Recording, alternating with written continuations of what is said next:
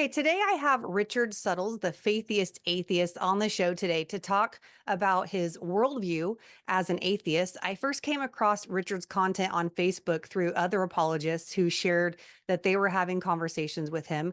And I think it was his wittiness that first caught my attention because people who are funny and make me laugh, like I'm in, right? But my goal for this episode is not to debate an atheist. That's not why I asked him to come on. And I honestly never had anybody on my podcast that had an opposing worldview than Christianity. So it's going to be interesting to just have this discussion. So my goal in life isn't also to debate atheists. That's just not something that I go out and seek to do. But I'm genuinely curious at how people arrive at their beliefs, and then the experiences that also maybe lead us to the conclusions that we have. And so I asked Richard to come on the show for that reason. Naturally, there's going to be disagreement between a Christian such as myself and an atheist because our worldviews are at odds with each other. So that's probably just going to, be the case. And that's totally fine. I don't think either one of us are afraid of having a conversation with somebody who doesn't think like us. And that's what's genuinely fun about having conversations with other people. I just want you, the audience, to know that the goal is not debate, but dialogue that leads to better understanding of where someone's coming from and how to move forward, even if neither one of us changes the other's mind. So let me first tell you about Richard before I bring him on the show. The Faithiest Atheist, Richard Suttles, currently serves as a senior intelligence analyst and liaison with the U.S. federal government. For the past 29 years, he's worked in many realms of the intelligence community with the Department of Defense, Department of State, and the Department of Homeland Security. From 1995 to 2005, he served in the United States Marine Corps, including tours in Haiti and Iraq. He has 2 postgraduate degrees with the University of Oklahoma, one in communications and another in international relations. He also completed a counter-terrorism training program at the Naval Postgraduate School. Richard has a special focus in the radicalization processes some people go through when they become committed to conducting violence in the interest of furthering ideological goals. He also studies the intricacies of persuasion campaigns. These are methodologies from organizations and social media algorithms that can prompt people to become fervent supporters of goals chosen by the campaign. All right, Richard. I intentionally did not listen to some of the podcasts that I knew you were on because I wanted to, and I always vet my guests because I want to make sure that they really know what they're talking about. And so I already know what you're about and I follow you on Facebook and stuff, but I wanted to really hear your side from you to me to have a genuine conversation and not be like, pretend like I didn't know like your background first. So that's just, to let you know about that. But I'm excited about having this conversation with you. I think that you are too, but I'm glad that you're here. Yes, I'm very excited to be here, and thank you for having me. Yeah. So first, I want you to tell us about yourself, like what you do. I know that you do all these amazing things for our country. So thank you for that and for your service as a Marine. How did you get into like counter apologetics, or do you consider it Okay, counter apologetics? okay, yes, and I guess that ties into my work too, because I work in counterterrorism, and I study a lot. Especially, I read a lot of what the bad guys say when the bad guys are trying to justify doing these atrocities and these awful things. A lot of them will try to make reasonable sounding arguments, and so I read them and I kind of get to know how they think, and that led me to kind of notice that we have that same problem. A lot of us can think in the same way that the terrorists think. And of course, I'm not accusing everyone of being a terrorist. I just think that it's human nature that you can feel so strongly about a view that you start to not like other people who don't agree with you. If someone doesn't agree with me on this particular view to the same fervency that I have, then I might start thinking less of them. And I just started to notice that. And so then I started to want to do something about it. So as I was talking to Christians and atheists and kind of seeing that they especially with debates, they're just kind of yelling at each other and talking past each other. And I was like, there's got to be a better way to do this. And I understand it.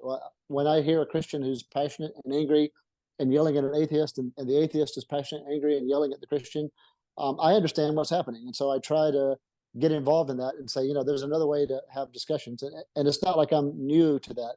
There's other Christians and atheists who have tried this approach, but I do understand it, and so I kind of want to join that battle. I say battle. I want to join that idea that you can have these kind of discussions without thinking the worst of each other, and so that kind of became my passion. And I like to use some of you guys' language when I say that kind of became my ministry. Yeah. What about like, were you a Christian at one point or raised in church, or are you just like, hey, I don't believe in God and I never really have, if I looked at the evidence for that? Like what was your story and your background with that? Okay, yeah, and that's a longer story, but I'll give the quick version. I was born and raised in Macon, Georgia, in a Southern Baptist community, and my church was very Southern Baptist church. I grew up there, and they treated me like family, and incidentally, they still do. I live out here in Arizona with my family now, with my wife and kids. But if I take them back to my hometown to visit my mom, that church will let us come in. I can sit in the same room that I sat in on Wednesday nights with my youth group. Some of the same people, some of my youth group friends are still friends now. We're in our 50s and 40s now, and we can sit in that same room with our kids and in some cases grandkids. So that church was always wonderful, always treated me like family, and that's still the case today. So I was raised in those conditions. I did start to have questions, and as a teenager, and the answers that I was getting bothered me, and so I began to suspect that maybe there aren't answers. Maybe just each person kind of comes up with their own answers. And then I was thinking, well, if there aren't answers, then what's going on? And so I started to think that maybe religions are kind of human made. And I'm not accusing like an evil group of guys to sit around a table and just come up with names and create the religion and start pushing it. I don't think that's what happens. But I've started to wonder if the origin of religion isn't just about human nature and our tribalism, and we just come up with narratives. And of course, those narratives are based on historical events too. So again, I don't think that someone's just actively consciously making this stuff up out of thin air. But I began to suspect that through different situations, religions just came to form and grow, and that was just a thing about human nature, and that there probably isn't a real answer, but that people are going to take what they think is the answer and they're just going to push it. And the people who are more successful, the ideas that are more successful, are the religions that we see today. So I kind of looked at it sort of like an evolutionary thing, and so maybe in my early 20s, so that was 30 years ago. I'm in my early 50s now. So for the past 30 years, I've kind of thought that, and that ties right into to my work, because I see these terrorist groups forming and growing, and in some cases dissolving, and it's based on very similar things. It's taking ideas that they think are more important than people, and so that's why they want to kill the people or scare the people and bring people in behind their idea. So maybe that's biased me, because for 30 years I've been involved in that, and so I began to think that everybody's like that. So if a Christian scholar was looking for holes in my worldview, that's the approach I would take. I would say, he's been doing this for 30 years, so of course he thinks that everything is like that. So I think that's kind of my story. That's kind of how I arrived where I'm at now. Was that like a progression over, I mean, I would assume it was a progression over a period of time where the more you just, and it sounds like you said, your training also maybe influenced that in some way. But how long do you think it was before you told your parents and your family that, hey guys, I'm an atheist? Or like, was it a while before you could even come to that admission growing up in the church? Yes, in fact, the more I think about it, the more I realize that around 17 was when I began to think, okay, there's a problem here, and it might not be Christianity. And incidentally, that happened when my youth pastor gave me a copy of a J.P. Moreland book called "Scaling the Secular City," and that book had just come out, and the youth pastor had no idea what apologetics was, and he's told me, since then he wishes that he hadn't bought me that book, because that book made a lot of sense to me, but it didn't make a lot of sense to him. Yeah. So, he gave me the book and said, "Here, read this," because a smart guy is defending Christianity without knowing what he was giving me. And I liked it. And so when I was telling him things, he was like, "Yeah, yeah," but if I remember correctly, Dr. Moreland in that book is saying, think critically, ask questions. Whereas a lot of the leaders in my church were like, "You're going to fool yourself if you start doing that. So you need to, God has spoken. You have the word. You need to trust it. And if you have more questions, then they would say, "What's really going on here? Is it drugs? Is it girls? What's Right. the real situation?" So, and again, this was in the '80s, and I'm not alone in that story. And again, my youth pastor has since told me, he goes, "That's how I was raised. They raised us like that. So I wasn't being mean to you. I was also raised in that framework. So I did it as I was raised." So 17 was when I began to say this might be a problem. I might have been 23 as I was going back and forth between what's going on, maybe 23 or 24 when I began to think, you know what, I just think everybody's doing their own thing as best as they can. And then I would say 23 or 24, I'm like, okay, there's probably nothing. And it's probably atheism. But then I also went through the angry atheist phase where I'm like, wake up, be smart, look at the science and, stop dreaming. I went through that too. But at the same time, here I am reading uh, these terrorists who are being ideologues, and I'm listening to atheists, and I'm like, man, we're being ideologues too. So it's not that. It's not this strong. Some people say new atheism. That's not the truth either. So then I backed down from that, and so now I'm like, I don't know what exactly is going on, Hmm. but I can sympathize with people who say there's got to be something. Like we have two daughters, and they're both high school students now. But one of them, the older one, is not a believer, um, and she was like at the age of 6 trying to tell our youngest one, the 4-year old, that there's nothing. And they were in the back seat, and my 6-year old was just repeating things that certain Mormon missionaries had said, and she was like, "It's ridiculous. There's nothing. There's no guides." And my 4-year old, I was driving and I was listening to their conversation, and my 4-year old looked around like out the window, and she was like, "But look at all this stuff." And I remember thinking, from a 4-year old, she just kind of combined the cosmological argument with fine tuning and Yeah. maybe epistemic necessity all into one phrase. You don't have to. People who don't know those words, don't worry about it.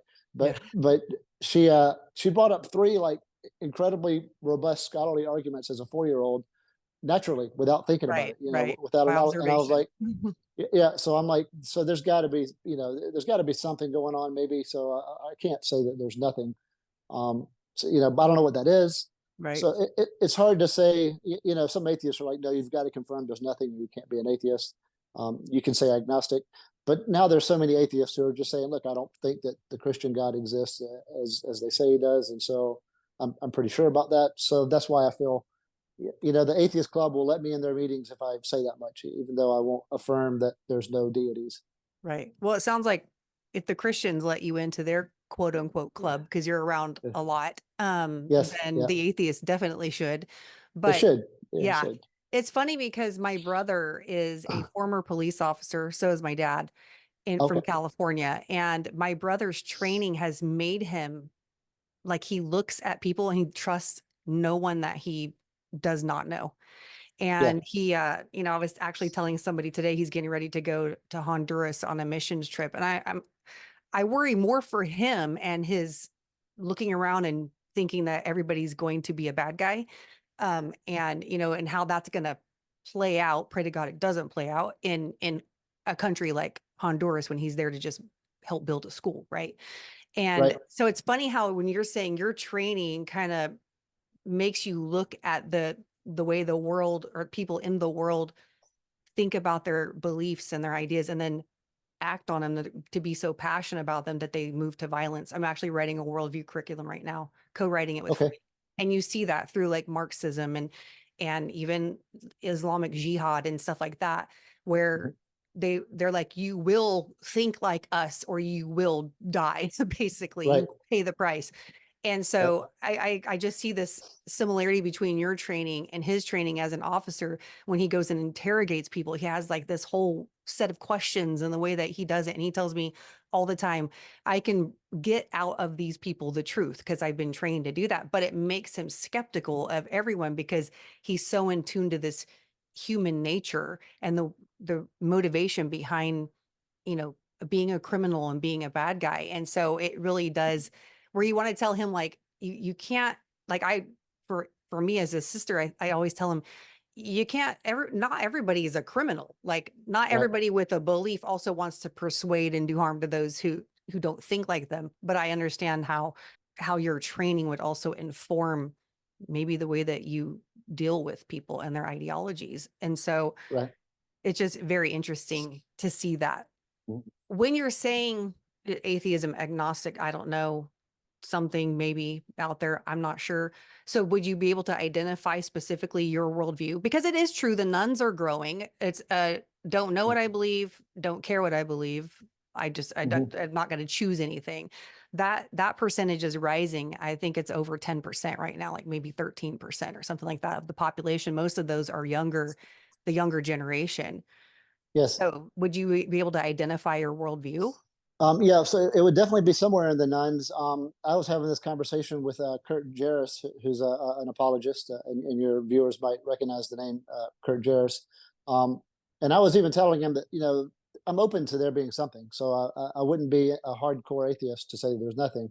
So I would say there could be something. So you could say agnostic. But like I was just saying earlier, some of your readers might have heard me say, man, sometimes it seems like there's got to be something. And Kurt Jarrett says, if you ever go over that 50% mark, that there, seems like there ought to be something, even if it's just temporary or just in moments of emotion. He said, you could, during those times, you could even say you're a deist. Hmm. And I'm like, okay. And, I won't even fight that because when it all comes down to it, and now there's so many, people that the Christians kind of embrace and celebrate who are probably something like deists, like Jordan Peterson. Um, Yeah, yeah, sure. that so I'm like, yeah, for me, it doesn't really matter because I'm not trying to cozy up to the atheists, depending on the atheist. And I'm not trying to make an enemy out of the Christianity. So, a lot of people say, get off the fence and make a choice. Uh, it's just one of those things that I can't really uh, decide that there definitely is something or there definitely isn't something. I'll say this: I can understand it when I hear people say there's got to be something. Then I'm like, I'll understand that. And then when I meet people who are so devastated or so upset, they're like, there's nobody's paying attention. It's all chaotic. I can understand that, there's reasons why they think that, and I've been through those reasons myself. So I say that I can understand why people would take either one of those paths. Hmm. Well, I guess that makes sense, helps me make sense of even your Facebook handle, the Faithiest Yeah, Atheist. faithiest atheist. Yeah, when I decided to do this, I said I'm going to come up with an atheist name that sounds like weak. Just like immediately, someone will say not impressive. So I was going to say like the weak atheist or something like that, and then someone said something like, you're pretty faithy, and I was like, I'm the faithiest, and I'm like, oh wait, that rhymes, that rhymes, and so Yeah. I went and I did it. And it turns out another atheist wrote a book called like Faithyism like Mhm. 12 years ago, and he was just an atheist, and he said faithyism to say I'm going to be an atheist that's nice to other Christians. So he actually came up with that word first, and I've reached out to his organization. He's like a professor, and I've like, if you ever tell me to cease and desist, I'll come up with something else. I'm Yeah. not tied to the name, but Oh, I I like it. wanted to I think it's great. get. Well, thank you. And I want to kind of spread this idea that I have, but I don't necessarily need that name to survive. Yeah. So what is the idea you want to spread? Like, what is your quote unquote ministry? I do have this Yeah. question listed for you, Mhm. but now that you mentioned it, let's just talk about it now because Yeah. ministry literally is a religious term. Like when you look up the Yep. word minister, the definition, Hmm. or you look up the word ministry, the Hmm. definition, it's always going to be tied to a religious, organization of some sort. So Hmm. that term itself, you said it yourself, this is my quote unquote ministry. What is Ministry. that? Yeah. What does that And entail? I'll even tell people I'm preaching. I'm like, hey, I'm out there preaching today, or when I'm kind of spreading my message. And that might be the Southern Baptist in me. Maybe the Southern Baptist in me never left. So my worldview is that everybody has sacred ideas, and I use the word sacred to mean those ideas are so important to them that people are willing to dedicate themselves for those ideas to endure. And you might immediately know some atheists who are like that, who just have the most trashy things to say about Christians, and they won't let go of the idea. You can Right. introduce them to a nice Christian. You can have them be helped by. They can spend time with a nice Christian, and they're like, yeah, there's something going on there. There's something deceptive. They won't let go of the idea. So I'm thinking we're all human beings. We all have this condition where we fall in love with ideas. Do we want to spread the idea? Um, and we have this human nature where we tend to think less of people who don't agree with us about the idea, and that could lead to dehumanizing them or thinking less, being condescending. Could lead to violence. And so I say, just don't do that. So the reason why I jumped into this game is I'm like, you can have those different ideas, and you can bounce them off of other ideas, and with people who hold to different ideas, and then just say, I might be wrong. I might have this completely wrong, and so meanwhile, I'm going to take care of my family and play a role in my community and try to just be generally helpful. And the person that I'm talking to will say, "Yeah, I do that too. I take care of my family and play a role in my community and try to be helpful." We could do a lot of things together, and then we can go home and I can say, "Oh, those crazy people across the street believe this," and that person can go home and say, "Oh, these people across the street believe this," but generally we're doing the same thing. We're taking care of our families. We're trying to be good people. We have so much in common. So I push this idea that we can do that and hold different ideas. And so that's my message. That's what I'm pushing more than making people atheists. In fact, in 30 years of being an atheist, only one person, and this happened recently, only one person has ever approached me and said, "You know what? After listening to you, I now think that it's atheism is more realistic." That's the only person that's done that in the tens of thousands of people that I've met. So I'm not even out to make atheists. I'm more out to say, believe this if that's what you think is right, but at the same time, try to look for either common ground or common threats or reasons to at least be respectful. And that's not to say to let people run over you, because you can't do that either. If you Mhm. let people run over you, you can't be effective. So I say you got to be effective. You got to be a critical thinker, but you just don't have to immediately dislike or dehumanize someone who disagrees with you. I agree. I think that should just be the foundational aspect of wanting to have a conversation with somebody who's going into saying, I probably won't agree with them, but how am I going to show respect to another human being, Right. especially when you're a Christian and you believe that all human beings, regardless of what they believe or where they've come from, are created in the image of God. That automatically just says there's a fundamental aspect of respect in this conversation. But Right. you said, when I meet a Christian who's not out to change minds, which I meet a lot, I'm thinking not doing their job. Yes, So that's it. yeah, so you're saying, and well, there's a lot of Christians that agree with that, especially Christian apologists. So, Mhm. you're saying on one hand, have respect and be open to hearing other people's sides, but you're not necessarily saying you shouldn't push your beliefs, Right. because you can't do that to change someone's minds without pushing those beliefs. Exactly. Yep. In fact, sometimes people, and especially when I'll give a presentation like for say I've been doing this for 30 years, I would say for the more than 20 years, I've been giving presentations in front of audiences, and sometimes large audiences. And very often someone will raise their hand and say, "What makes a terrorist? How does someone go from normal to terrorist?" And I say there's two steps. You go through two steps to be a terrorist. And the funny thing is I highly recommend the first step. And that usually gets people's attention because they're like, I don't want to go through any steps to be a terrorist. And I'm like, well, honestly, it probably helps to go through the first step, and then that might help you not go through the second step. But the first step is to find something that's important to you, something that really, really matters, and that you think, I'm going to dedicate myself to this, and I'm going to try to keep this idea alive, and I'm even going to dedicate myself so that I might end up spending time or money, um, or even risk myself, my individual self, for this idea. So the idea kind of becomes more important than you. And I'm like, that's actually a really good first step, because a lot of people, they find meaning and purpose in that. It changes their life. It kind of gives them a schedule. You kind of get organized. So I'm like, I recommend it. I think you should find an idea or two or three that you think is more important than you. That's the first step. And then the second step that a terrorist goes through is a terrorist starts to hate people that don't agree with them on their steps. And they really hate and dismiss and say, these people have to go. The world would be so much better if they just evaporated. That's the second step that terrorists go through. And so I always push.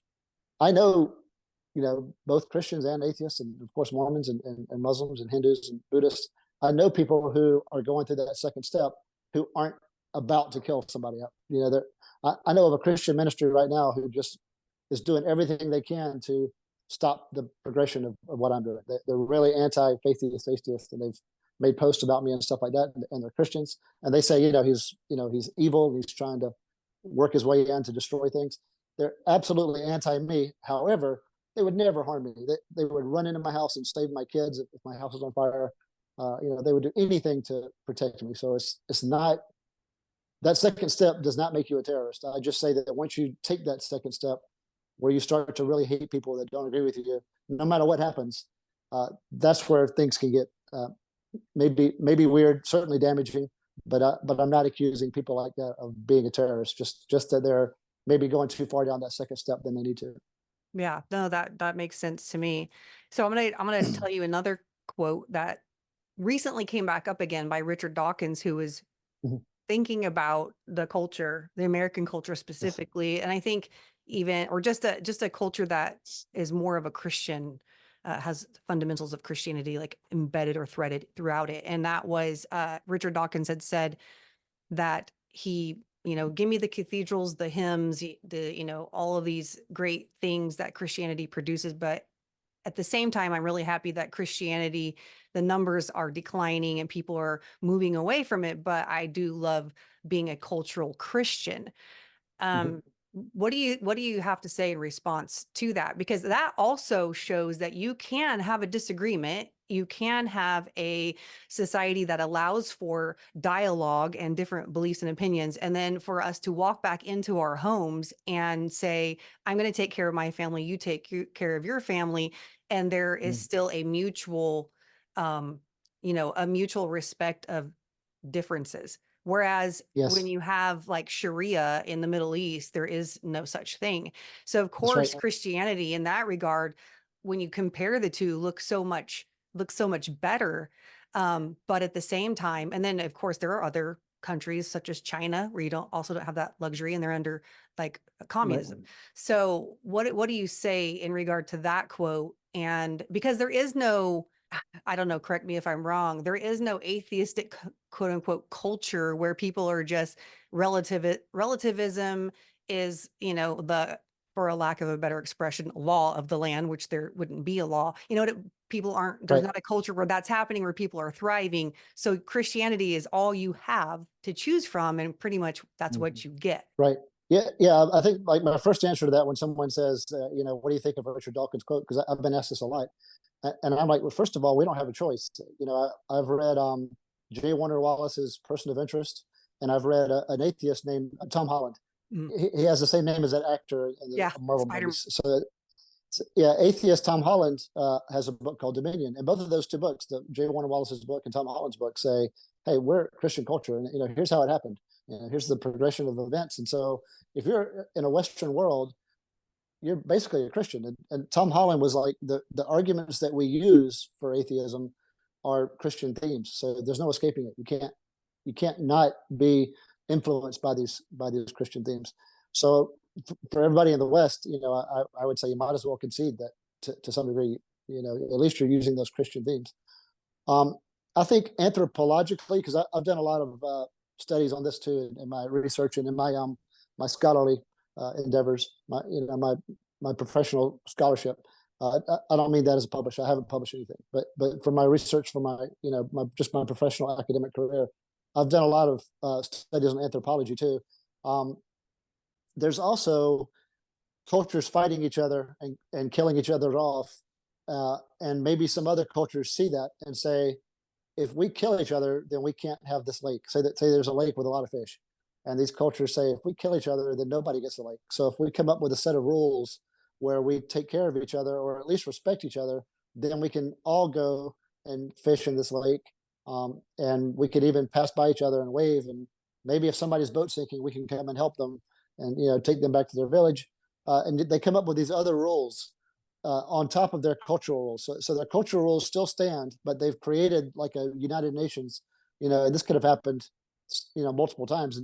There's a scientist who's passed away now named Eleanor Ostrom who did a study like this, and so she said this has happened multiple times around the world in different cultures, and there might be some evolutionary advantage to that. So that if you have like say 10 cultures all, in this area, and 8 of them are all killing each other, and these 2 are deciding they're going to not do that, then they might do better. It could be 200 years later, these are the dominant 2 cultures, and the other 8 are all, kind of wasted away because they kept killing each other, just because they decided to have this extra set of rules that, they can hold to their cultural views. They're just not going to kill each other, and they're going to share the lake. And she called those the common core principles. If anybody ever wants to do research on Eleanor Ostrom common core principles, and she said there's like 7 or 8 principles that the villages kind of had to find through a combination of trial and error. And then it turns out if 2 cultures over in Asia and 2 cultures in South America and 3 or 4 cultures in different parts of the world all came up with the 7 or 8 common core principles, then she said that turned into an evolutionary advantage where they just made these ideas as important as their cultural ideas in terms of how to treat other people. So I think Christianity is a result of that. You know, I know the atheists will say things like, "Well, look at the Reformation Wars," or look at all these historical things. Well, maybe they learned from that. They're one of these books. I've got some apologetics books in here too. One of the apologists named John Dixon has a book called "Bullies and Saints," and he lists all the bad stuff too. So if any Christian is like, "What bad stuff?" you can show them this book, "Bullies and Saints." But he said maybe we learned from that, or maybe we were always going in that direction, and we just had to learn the hard way that that was the direction to go. So I would say Christianity is, the dominant example of that in many cases. I realize that's not always the case. You see it online now where there's Christians who don't do that, but there's a lot of Christians who do, and so I think I give Christianity credit for that. I don't know if it makes it true, but it certainly makes it the dominant surviving culture right now. Yeah, sure. I think, and some apologists, which you know this very well, that will say that instead of it being an evolutionary process of learning how to live in a society, it's more like if you have core principles that are coming up in different tribes, then that could, what we would say is that is a part of general revelation where we Right, know morally it's wrong to kill other people, like intentionally, murder them or steal from them, etc. And even right. that attests to like Andrew Tate recently, I read a couple of his articles, or not his articles, but interviews that he was in where he left atheism and said he went to Islam. And his reason was the very same reason C.S. Lewis Mhm, converted from atheism to Christianity. So you have Andrew Tate who said, well, the reason why I converted to Islam is because there's evil in the world. Well, he's just been thrown into prison. People have been, I think, in the Romanian prison, and for the work that he does and things that he's, been touting online. But he said, look at the evil. If there is evil in the world, there has to be an equal and opposite force, is how he's explaining it. Well, C.S. mhm, Lewis said, I realized one day that there is evil, and if I can recognize evil, then there must be good. However, mhm, they take two diverting paths and end up with Islam and Christianity. mhm, And that's the defining line, right? Is the special revelation. However, both of them attribute this knowledge of right and wrong or good and evil to mhm. something outside of themselves, which is God. So Right, again, like that's where Christians and atheists stand on the same, they're looking at the same issue, how we treat each other, how societies survive under these rules and et cetera. And we come up with different conclusions of it. And again, then you right, have to trace back to what's the evidence for God and so on, which we're not going to do because we both, we're not here for that. But it's right. like very interesting still to discuss. And that's why Yeah, people hear those discussions. right, right. I agree. And the thing that you're talking about is like a moral system that exists outside of us, which a lot of apologists will say like an objective or ontological, big words I know, but like a moral system that it just exists outside of humanity, so that no matter what we could think whatever we want to think, but that moral system would still be there, kind of above us, applying to us. And so, yeah, C.S. Lewis began to think there must be something like that in his writings, which he wrote about very well. My take on that is it could be. I kind of take the Jordan Peterson approach, which is I'm going to act as if it's like that, and if it's not, then foolish me for pretending.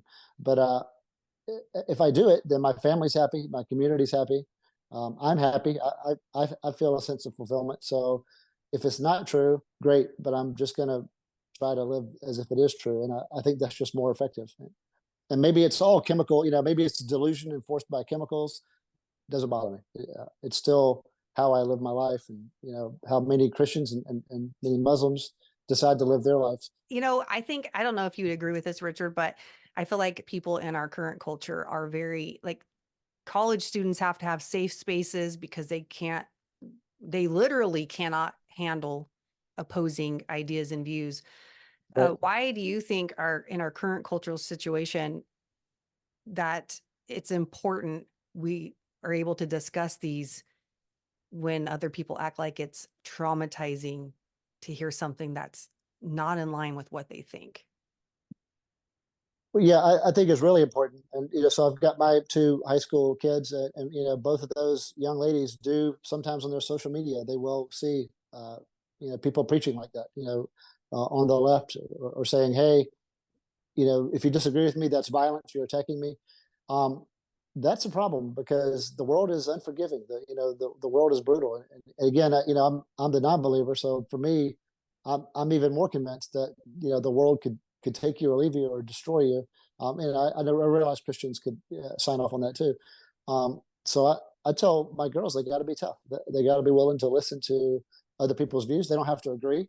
But this idea of you've got to respect my anxiety and not talk to me, maybe I will. Like, for me personally, I don't feel like I need to go and correct the college kids who think that. I just won't bother them with my views.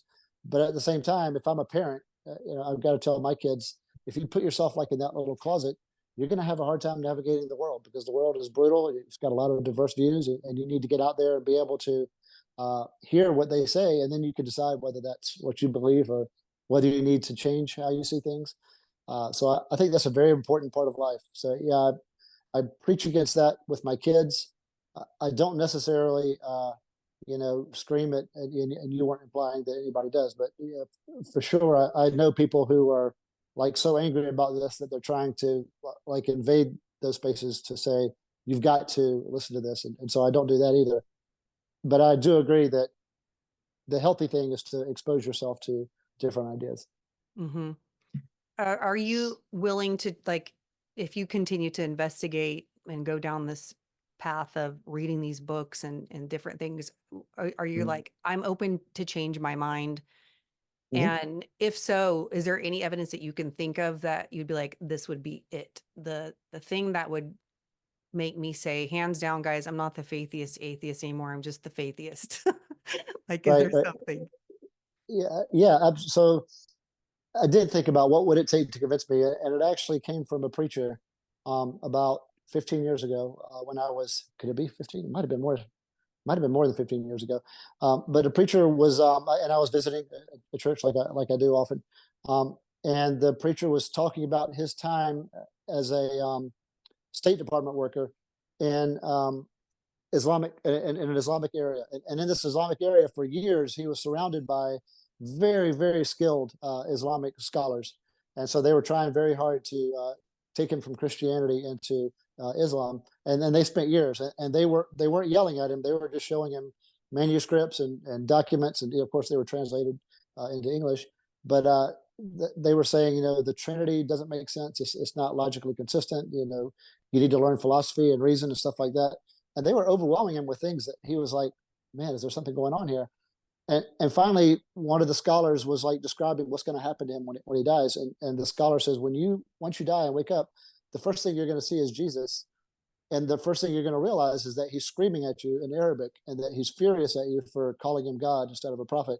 And you're going to suddenly realize, how awful that is and what terrible blasphemy that is. And you're going to see that you deserve the same punishment that atheists and they have a different word for Christians, which is polytheists. These guys, these Yeah. guys do, and he's like, so you deserve the same punishment as they do because you've committed this blasphemy, and that really moved him, and he was thinking, that knocked him off of his feet, like the imagery of Jesus yelling at him when he's lived with Jesus, his entire life. He had always been Christian, and that moved him, and then finally he thought, hold on, if that's really what Jesus thinks, then he can come down here and tell me himself. He can literally tell me. And when the preacher said that in the sermon, everybody was like, yeah, yeah.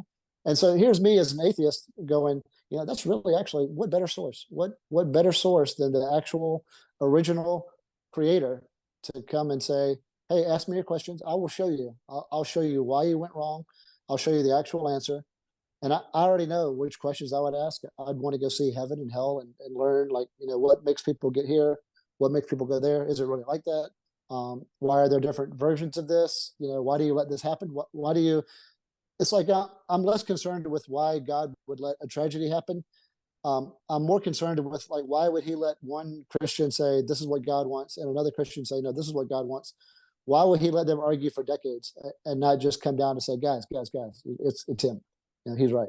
Why didn't he do that? So I'd want God or Jesus to, I realize how the Trinity works, or I realize the understanding, but I, I think a direct conversation and direct demonstrations would absolutely seal the deal. And I've heard people say you would just call it a delusion, but no, if it answers all my questions, I'd go with it. I realize my senses have made it to 53, and so I would just say, okay, that's unusual. I didn't expect it, but it's the reality, and I would go with it. Now, I would change my message. I would start preaching, but I would also tell God, I would be like, you realize you've convinced me, but with all this material that you've given me, you realize there's going to be some uh, reverse cascading effect as I go out. I might convince my family, some of my close friends, but I'm not going to convince everybody because they haven't seen what I've seen. So I would have very realistic expectations about what I could do with this new information, but it would change me, and I would act on it. So, like looking back to Jesus's actual incarnation and coming Mm-hmm. to earth and living for Mm-hmm. 33 years and dying on the cross, and taking our And place, come, atonement and stuff. If, mm-hmm. you know, when you think about it, Christ already did come. He just didn't Right. reveal himself. Often thought being raised in church, I used to think, I think I would have believed in those days. In the first century, Right. if I was there and I saw these miracles take place, I would Yep. have believed. But then there's also a scripture where it says a prophet is without honor in his own country, among his own townsmen and amongst his own countrymen. And Mm-hmm. I thought, why is that? Everyone who knows me personally finds it odd that I do what I do because they know me through and through. Mm-hmm. And for them, it's like, I can't believe God would use Shanda with all these flaws, with all these weaknesses, things like that. And so, even as I've grown up, I thought to myself, I don't know that I would have been any quicker to believe that Jesus was the Messiah. And surely his family rejected him while he was on the earth. It was only and after he resurrected that James and Jude even became servants of the Lord and wrote their books that they did. And Right. so I don't know sometimes that even that would convince us, because if it would, then that would be, quote unquote, I guess, easy, right? For God, like, God, if you can do it, just do it. But at the same time, I wonder if that would even convince us, because even, when you think about another scripture where Abraham is in, you probably know what I'm talking about when I quote scripture too, Richard. I'm assuming because Yeah. you're raised in church. Yeah. But Yeah. when Abraham's in Abraham's bosom, and then you have this big gulf, and you have the rich man who had Lazarus at his gate begging. And the rich Mm-hmm. man told Abraham, Father Abraham, like, have Lazarus dip his finger in the water and bring me a drink. I'm dying over here. And Abraham said, well, in life you had your good things, and Lazarus was poor, and you basically mistreated the guy. Now he's in paradise. And he said, okay, well, if you're not going to do that, then please send someone to go and tell my family members that this place is real, and warn them not to come here. And Abraham said, no, they have the prophets and they have Moses. And he said, no, no, but if somebody rises from the dead, then they'll believe them. And Abraham says this: if they won't believe the prophets or Moses, they won't believe even if one were to rise from the dead. And I just found that to be so striking, because sometimes we think that one thing is going to be the thing that convinces us, when Mm-hmm. we have the things in front of us that God has provided, and we still say that's not enough. So I'm not saying, I'm not necessarily saying, oh, that's you, Richard. I'm not saying that at all. What I'm saying Right. is sometimes that's what people, I see it on social media. I see it online. A lot of times Mm-hmm. people will be like, well, why does God allow this? Why doesn't God do that? And I just think, sometimes would we really be convinced if God did it? I think sometimes that's a question that we have to ask. Is that the thing? Because if a 4-year-old like your daughter can look out the window and say, how is there nothing beyond us when I can see trees and mountains and rivers and streams? Then she doesn't need much more than that to be convinced. I don't know that we will be convinced with God himself showing up physically, especially when he already did. But I mean, Right. you can rebut that if you want to. I just went back to scripture for it. Sure. And, I've thought a lot about this over the years. I think statistically speaking, it could be like that. Yeah, I used to, I often say, sometimes when I'm talking to Christians or Mormons, we live in a very heavy Mormon area here in the East Valley in Mm. Arizona. We live in a rural town that's pretty much, it had all been Mormon land. And now the leadership and the doctors and the lawyers are all Mormons. So, I have a lot of these conversations with very scholarly Mormons too, and I'll say people like us, people who think about it with all the books, not Mhm. just for show, but we've read them, we've read each other's books. People like us, if if uh, if Jesus and Joseph Smith were to come down and to literally show themselves to all the Trinitarian Christians, I've got a lot of Christian friends that said I would drop all of my anti-LDS literature. I would get right on board because I would see with my own eyes that that's the truth. And I've got Muslim friends that, hey, if the Trinity is true and I see it, then and I've got atheist friends. If I see it, then that's it. And sure, my whole life is dedicated to what I think is the case, but I realize that I'm making a lot of inferences. I realize that I'm swamped with the cultural themes that I was raised in. But if I see it and I'm interacting with it, then there it is, and I'll have to drop it and I'll take the hit. So I think there are some people that if you just show them, then they know it and then it's done. And then from there, you just have to be realistic about spreading the word, because just like in the Bible, there were people who changed, like James. He saw the resurrection. He's like, okay, I'm dropping in. I'm on. But then his ability to spread that to everybody else still had problems, and I'm sure that bothered him. So being convinced is going to be different than convincing other people, but once you're convinced, then that's you. So I think a lot of people are like that. They just need to physically see it, and then they know it, and then they can set themselves out to changing their message and preaching a new message. But you just have to be realistic that other people might not be convinced by that. Yeah.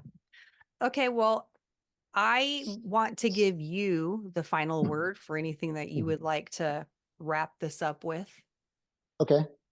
Um, yeah, I guess my biggest message, and I'll say this just really quickly because I mentioned it earlier in the podcast, is that, yeah, if for anyone who's listening, the things you believe, um, I know it's confusing that there's other people who believe other things. I actually think the biggest challenge to Christianity is not going to be atheists, but it's going to be other people saying, yeah, yeah, we're Christian too, and this is what Christianity means. And you're going to be like, wait, where did you get that? I think that's actually going to be the biggest challenge to Christianity. So my big message is, you're going to hear things like that. You should know what you're about. You should know why you got there, and be able to interact with people who have different views. You're going to encounter that. Even if you want to avoid atheists, you're going to be surrounded by Christians who believe in a different kind of Christianity than you do. So you're going to have to try to figure out how you're going to navigate through all that. So my big idea is to, okay, navigate through that, but just don't hate them immediately, because if you do hate them, that can be dangerous and it can affect your message. But at the same time, don't be so open-minded that people can kind of make you believe one thing this week and then another thing the other week. Uh, so there's a mix. There's a mix between having your standards about what you believe and why, but also having discipline enough to not just immediately lash out and demonize or dehumanize people with different views. And I know it's tricky, but I think we're all fighting that battle. Yeah, for sure. Well, thank you so much for being on. I'm really enjoyed talking to you. Like I said, I'm Thank you. just genuinely curious to, and I know I threw some questions at you that I didn't tell you, but you, I was ready. I was ready. yeah, yeah, this isn't your first rodeo, but that's what happens. But, Like when we start talking, I'm like, oh my gosh, I got to ask him about this and that. And so I okay. just really appreciate you coming on and having this discussion. And like I said, we follow each other on social media. So why don't you tell Yes. the audience where they can find you if they want to see some of the things that you post and share? Okay, and really, it's just Facebook. Although I do have a YouTube channel, also under Faithiest Atheist. I don't have that many videos, but I've been mostly on Facebook. But yeah, I noticed you because of the content that you're posting, and a lot of it has to do with like our psychology and how that affects us. So you really stood out to me. I see a lot of apologists talking about different topics, but I really noticed that you really get into the psychology and stuff. So I appreciate that about your ministry as well. Thank you so much. And yeah, I'll make sure that I leave the link to both Facebook and YouTube in the show notes so everybody can find you. And if anybody ever sends us in a question where they want to ask the atheist, then we'll be sure to have you back on, and that'd be another fun discussion. I would love that. I love Q&As like that. Absolutely. Yeah, that's great. All right, for those of you that are listening, I hope that you enjoyed this conversation. I know I did. I love, just being able to pick people's brains, see what they're about, and how they came to the conclusions that they've come to. I think if anything, we can take away from this episode that don't just know what you believe, you better know why you believe it, be able to give reasons for why you believe what you do. And then also, when you walk away from a conversation with somebody, make sure that they don't feel bad about themselves, because we need to be able to have open dialogue and let people finish. And just, if we are Christians who truly believe that God has created everyone in his image, then respect is the underlying, dynamic to every conversation that we have. Again, I hope this encouraged you. If you have any questions for me, you can email me at hello@shandafulbright.com, and I'll catch you on the next one.